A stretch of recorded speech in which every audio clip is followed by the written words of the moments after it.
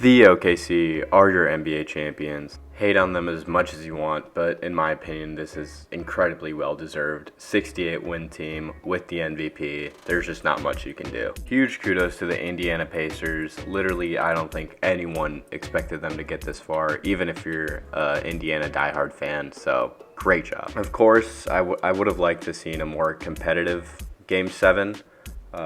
And by that I mean having Halliburton, even though it was still pretty competitive up until about the end of the third, like through half, the Pacers were up by one, which kind of surprised me. Like after Hali's injury, I thought they were just going to completely collapse and lose it, but they didn't. They fought through. And before I go on, I'm just sorry for Halliburton, dude. That's heartbreaking. He was going off. I'm pretty sure he actually led the game in threes, and he only played for like 7 minutes. Like, this was going to be his game if he was able to stay healthy, but it was bound to happen. I mean, he was doing great, but it finally caught up to him.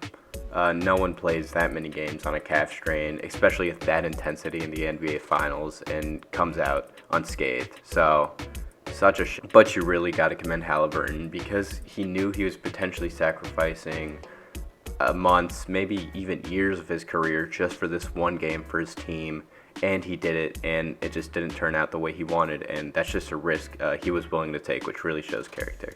However, this does put the East in a bit of a precarious position because 3 of their biggest stars are injured and out for probably the whole season.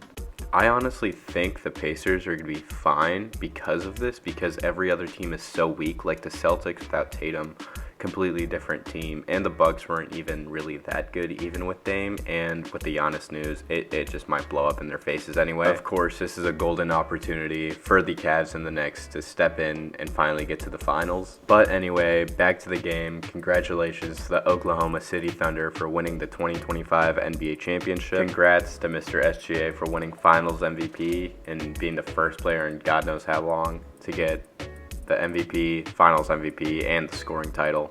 He had himself quite a decent game, dropping 29 points, 5 rebounds, and 12 assists, which I believe is some sort of like career high or series high for him because he doesn't have that many assists usually. This was complemented by J-Dub getting 20 points, 4 and 4 with 2 steals, and then Chet putting an absolute defensive masterclass of 5 blocks, again with also 18 points and 8 rebounds. And of course, the best bald player to ever play basketball, Alex Caruso, with an absolute defensive masterclass. He was smacking that ball out of everyone's hands. He had so many steals. He had 3 in this game, but it just felt like he had a million. Dude is actually just great. Chet also going 50% from 3, which is drastically better than pretty much all of the Thunder except maybe Caruso.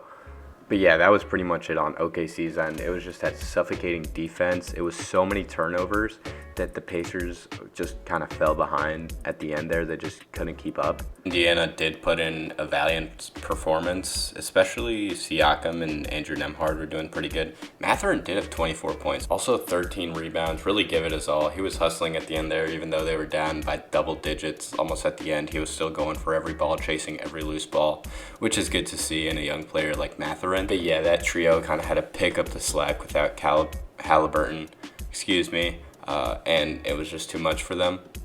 So Mathurin, yeah, with a great game. It's just a shame that a great game in his career is just a Game 7 loss, so there's nothing you can do there. Really valiant fight from the Pacers, but things kind of just caught up to them. You could argue that they got pretty lucky in some of the past 2-year series, and things just kind of hit the fan right at the worst moment. Which kind of sucks for them. But even if they did get lucky, they get to conference finals and to Game 7 of the finals against one of the greatest teams of all time. So there's definitely something there. They might have a bit of a down year next year without their star player, but after that, they could be back better than ever. I don't necessarily think this has to be the end for the Pacers. They could have a little more time. Like, Hali is 25. He's still barely entering his prime, so he still has a lot of years on him, even though 1 to 2 of those will go to his injury rehab, but he's still got a lot of time. But the shameful thing is that momentum will not be there next time. That postseason run with all those game winners or game tiers was historic, and I don't think that will ever be replicated by the Pacers unless Halliburton does something crazy again, which I guess isn't out of the question, but it just seems so unlikely to do that again in a whole postseason. So that sort of aura and momentum that the Pacers had and had kind of the whole country behind them might not be replicated again, especially losing that whole underdog side of things, because they got to the finals. They're going to be considered a contender in the East when everyone is healthy as soon as Halliburton gets back anyway, which is not the end of the world, but it really kind of puts a lot more pressure on this team that they originally had coming into this postseason. But honestly, I think they will be back. Moving on to the future of OKC, I think this might be one of the last years that they're all together. This team is just too good, and with the wage cap with the second apron, it's just too hard to get like J-Dub and Chet on the same contracts that they were.